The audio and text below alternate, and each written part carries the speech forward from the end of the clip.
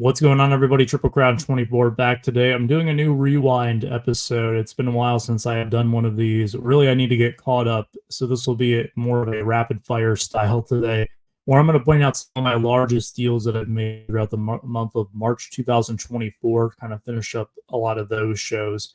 Talk about the biggest ones. I'll give you a full rundown of all the deals I made at each of these shows, but highlight the big cards along the way.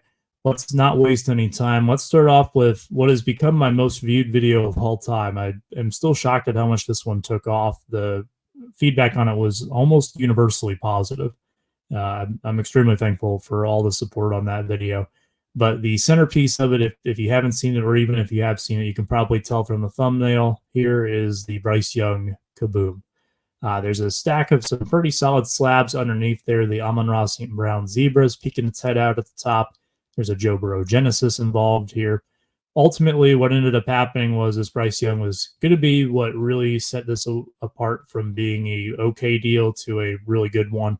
I had someone who's a friend of mine reach out who was sending something off for grading that was a little bit more expensive. He offered to send my Bryce Young for me, and I said, sure. And it came back at 10. Ended up selling it online. You can see there, that's my total all-in cost. My sales is going to be taking out shipping as well as any associated fees. So if I'm taking PayPal for the transaction, I'm going to lose 2.99% or whatever there.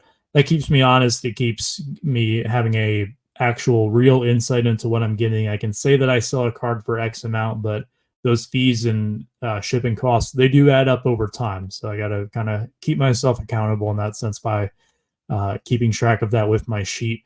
But as you can see, this deal worked out really well. This is when I kind of decided, hey, I need to start moving into some larger cards. I've always tried to do that, but I feel I've really committed to it this past year. This one definitely worked out well for me. Some of the other deals that I made at the show, I ended up with a 2-card deal for $20. I sold those for $37.14. It's a gain of $17.14. Very pleased with that. Here's a 1-card deal for $120. I got $125 out of it. That one is okay. Of course, it's better than taking a loss, but would have probably not made that deal in hindsight, or at least tried to get a little bit more out of it. And then I don't even remember what this was, but it was a 2-card deal for $8 that I only got $4.99 on. I can tell you what probably happened here was a eBay auction. I probably sent those cards to auction and they went for the minimum bid. That's what happens on a lot of the lower end stuff that I get. And I'm talking lower end, $20 and under. Sometimes I am shocked with how they do at auction. They do double what I had them stickered for. There's other times where they go for the minimum bid. It's kind of a roll of the dice when you send things to the auction block, especially in my experience, a lot of the lower end cards. That's my guess of what probably happened there. I can't remember that one all that well. But generally speaking, this was a big success, and I'm glad that the Bryce Young worked out. I have some more big cards, or at least one big card in particular that I'm going to show at the end of this video as well. That kind of ties into taking some chances on some higher end cards. But the following weekend, I did 2 shows in one. I went up to the Newark card show for a little trip, looking for some stuff that you don't normally see every day. I found some really cool Joe Thomas rookies there, the Exquisite RPA as well as the Blue Refractor. I think those were probably my 2 favorite pickups from the show. This deal was pretty solid in hindsight, the one I'm showing you on screen there. By the way, all these videos are on my channel if you want to go back and watch them take place. You can see there, profit of $46.90 on this deal. Having the Joe Thomas Exquisite, did I quote-unquote pay strong on it? Yes, but I've had a lot of people tell me when you have good stuff, you get to ask strong prices on it. And I've kind of gone back and forth with it. We live in an era where people rely on comps solely to make their purchasing decisions. But to me, comps don't always paint the full picture. And some cards like this Joe Thomas Exquisite RPA, if you find the right buyer, you're going to get more than whatever the last one sold for on it. And that was really the case with what happened on that card there. It's just being able to identify those cards and identifying when something feels maybe a little bit too cheap based on recent sales and picking them up. And I can't really tell you what the exact science behind that is, but sometimes it works out, sometimes it doesn't. That also ties into taking chances. Some of the other deals I made at the show, I found a $5 card that I sold for $10. That was, I believe, the Royce Lewis refractor that I showed off in the video. That's something that I found I really excel at, is finding $5 cards that are really $10 cards that are really $20. Granted, you have to do a lot of those deals to to make them add up, but if you had to tell me, what is your, I guess, specialty, if you want to put it that way, that's probably where I thrive the most. Here's another deal for 86 that I ended up getting 63.17 on. That's a near $23 loss. I remember this one. It was actually for some Zach Moss cards that I had picked up because he had just signed with the Bengals at the time ahead of NFL free agency. The Bengals obviously let Joe Mixon go in the offseason in a trade with the Texans. They brought in Zach Moss. I figured there was going to be a lot of hype around him. Not as much as I thought. It didn't really seem to catch on as much. I ended up not really feeling it on the Zach Moss cards, decided to abandon ship and took the loss on him. Would I do that again in hindsight? Yeah, I probably would do the same type of thought in terms of a new player signs with the team. Let's go ahead and pick up some of their cards. But I would probably be more selective in the players that I do that with. For a running back who wasn't the clear-cut RB1, it probably wasn't the best decision in hindsight for me, but at the time it seemed like it was a worthwhile risk, and really this kind of loss of $23 is not detrimental to me.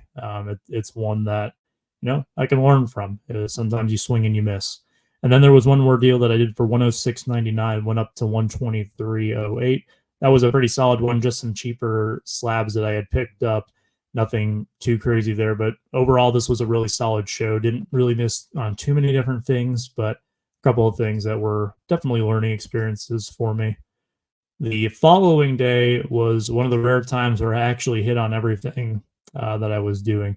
Here is this Chilli Coffee show vlog, which is another one that I don't know why this one has. It has 7,000 views on it. I'll just say it. That to me is like insane for this one, because I don't know why this vlog was so popular. But for some reason, I guess I caught into the algorithm. It was a really good show for me. This show might have been 25, 30 tables max. It was very small, and it was one of those that I was really debating on if I was even going to.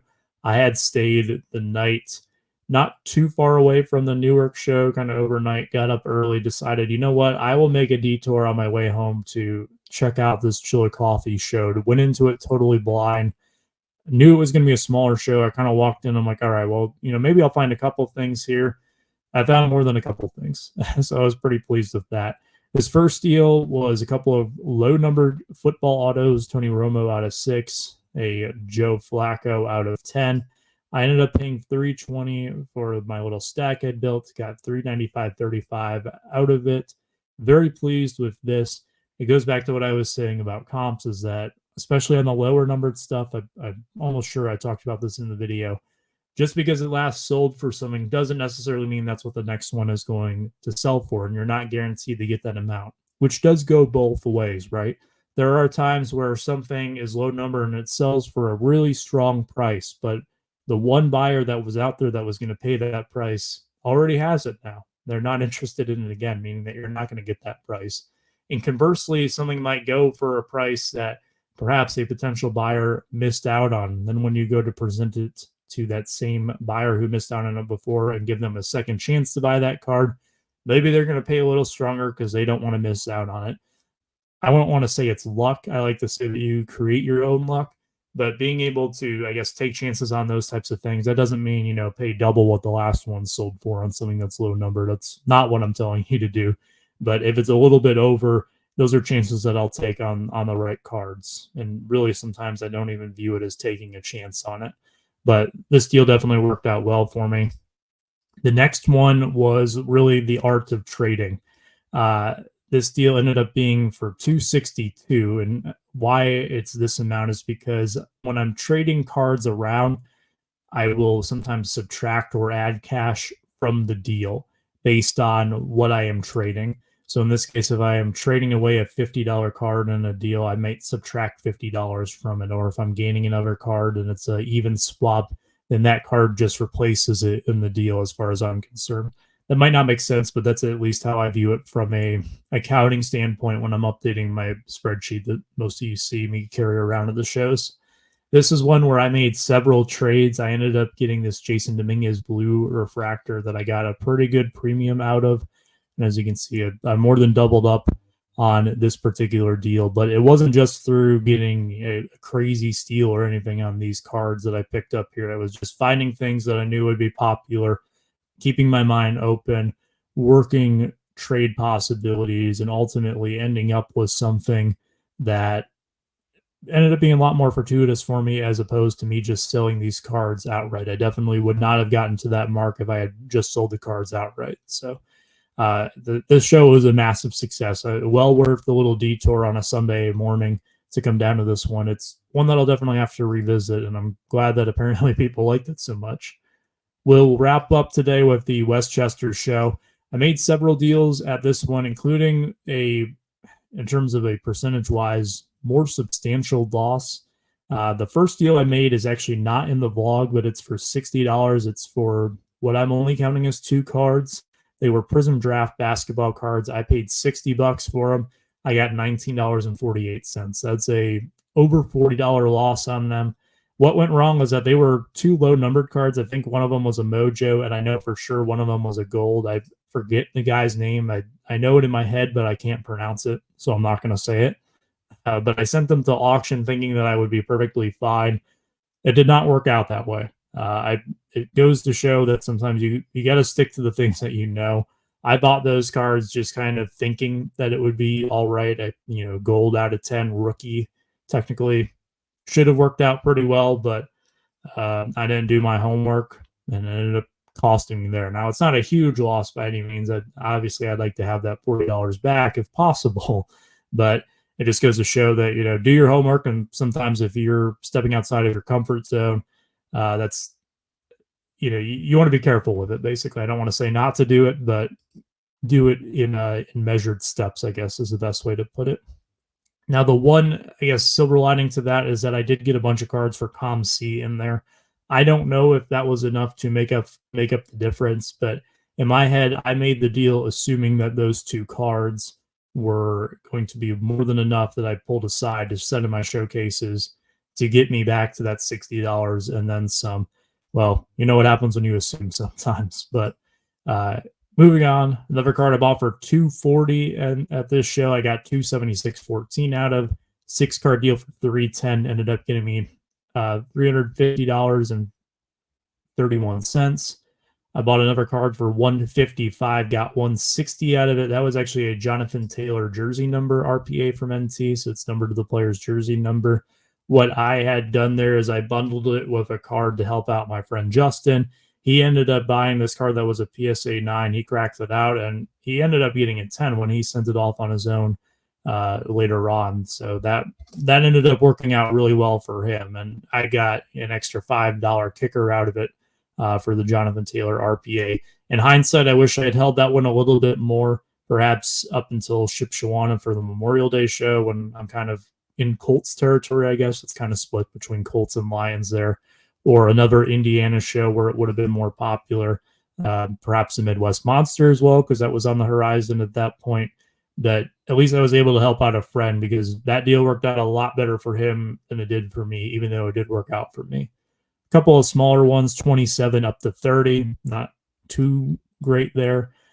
27 up to 35, a little bit better, but still not fantastic. And then a 4-card deal for 60 that I ended up getting 52.26 for. This is the opposite of what happened with the Chilli Coffee show, where I had purchased some things above what they had last sold for, thinking that those sales were kind of cheap for those cards. It turned out that wasn't the case. Eventually, I ended up just sending them to auction, and I took a loss. Not a huge loss on this one. Again, it's only an $8 loss, but of course, always love to have a gain rather than a loss. But the big kahuna of the day was the Derek Jeter Superfractor, as noted in the title. This was a 4-card deal. I ended up doing all right on this one. about a 10% gain overall. That's a little less than what I usually shoot for. But the Jeter ended up being the last card. I got beat down hard on that card. I had people try to tell me it was only worth what the lowest Jeter Superfractor that has sold in the last 4 years had sold for. I had people telling me like, "Oh, what, you're going to get $2,000 for that card." I got so many different things. I had people getting mad that I wouldn't sell it for what I thought was dirt cheap. It was a card that definitely brought out a lot of interesting conversations, to say the least, in the just over a month that I owned it. This one moved at the first day of the Dallas Northern Kentucky show at the start of May for my number, and it made the deal profitable. I believe that really all of the profit in this was off of that one Jeter card. The rest were kind of also rans in this deal. This is one that I would definitely do again. A Jeter Superfractor to me is what I call a showcase magnet at the very least, where it's a cool card that will draw people's attention. I'm not at card shows setting up to set up a museum. I want to be able to move the cards that I have, but I don't mind having maybe 4 or 5 cards that are nicer cards where I'm going to ask a little bit more of a premium, and I'm not going to move the card unless I get my number. And I've shown several cards like that before, like the Amon-Ra St. Brown RPA, a few more various Joe Burrow cards that I've picked up in the past. There's a lot of examples for that. I actually picked up a couple today as I'm speaking that will be showcase cards at the very least, or showcase magnets, I should say. Kind of to recap overall, around the time that I did my first ever Rewind video, I started doing some more data tracking for myself and keeping a closer look at how often I am coming out ahead on deals and what my average margin is. And this is what I am currently at as of recording this video. This is my overall win rate since I started tracking. It's a little under 86%. So every 6 out of 7 deals I make are profitable. That, in terms to me, is a measure of the quantity of deals I'm doing and how often I'm hitting. The latter number is more so the quality, the average margin, because if I'm winning 6 deals where I'm only making $5 at a time, and then I take $100 loss on the 7th deal, that's not great. I'm still losing big, even though I'm winning over 85% of the time in that example. So my average margin as of my tracking is 17.29. My goal is 20. It's somewhat of a lofty goal in this climate, especially with how competitive buying has become in recent times. Pre-COVID times, I think 20 was definitely a lot more achievable. Even post-COVID times, it was a lot more achievable. But in the last year or so, if I can at least keep it above 15, I'm usually pretty satisfied with that. But as of right now, 17.29 is where I stand for now. But I'll give updates on that later on. I figured that was some interesting data that I would at least share. But let me know what you thought of this rewind video here. If you like the touching on several different shows at once, if you prefer I just look at one show at a time. We'd love to hear your feedback in the comments down below. But until next time, take care, stay safe, and be kind.